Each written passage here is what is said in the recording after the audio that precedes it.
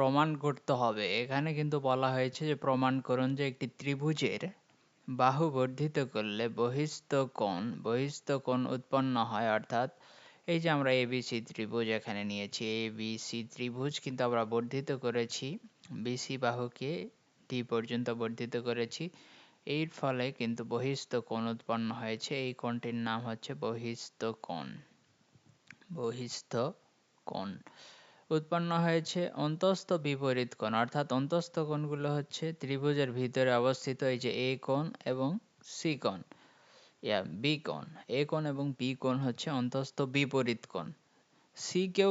এই সি অংশকেও আমরা অন্তস্থ বলতে পারি, কিন্তু যেহেতু বলা হয়েছে যে বহিস্থ কোণের বিপরীত অন্তস্থ কোণ, সেই ক্ষেত্রে আমরা এই দুইটি কোণ ধরব। ঠিক আছে,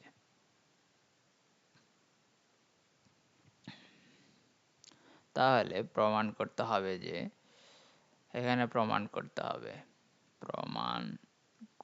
হবে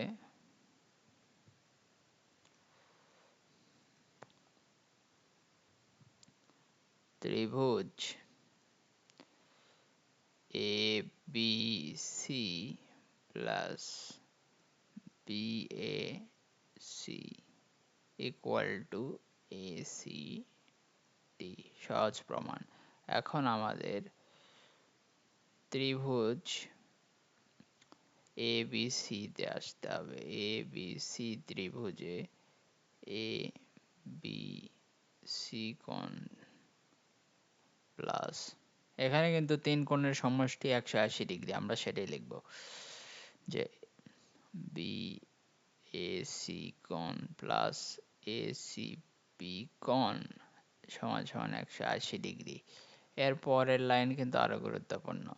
আমরা যদি এই কোণ এবং এই কোণকে একসাথে চিন্তা করি, তাহলে কিন্তু আমরা বুঝতে পারি যে সরল রেখা 180 ডিগ্রি হয়, অর্থাৎ সরল রেখার যে কোণ উৎপন্ন করে সেটা হচ্ছে 180 ডিগ্রি। তাহলে বিএসি এই কোণ, বি বিসিএ কোণ, বিসিএ কোণ প্লাস এসিডি কোণ, এই কোণ এসিডি কোণ, এসিডি কোণ সমান সমান 180 ডিগ্রি। এখন আমরা এটাও 180 ডিগ্রি, এটাও 180 ডিগ্রি, সুতরাং এখানে লিখতে পারি A B C plus B A C plus A C B সমান সমান B C A plus A C D. এখানে কিন্তু আমাদের এসি, আচ্ছা এখানে একটা কোণ আমাদের কেটে যায়, সেটা হচ্ছে এটা এবং এটা। এই দুই কোণ কিন্তু একই, এসিবি এবং বিসিএ দুই কোণটা কিন্তু একই, এই কোণ নির্দেশ করছে। সুতরাং কেটে গেলে এ বি সি কোণ সমান সমান বি এ সি কোণ equal to A C D কোণ প্রমাণিত। খুবই সহজ একটা প্রমাণ।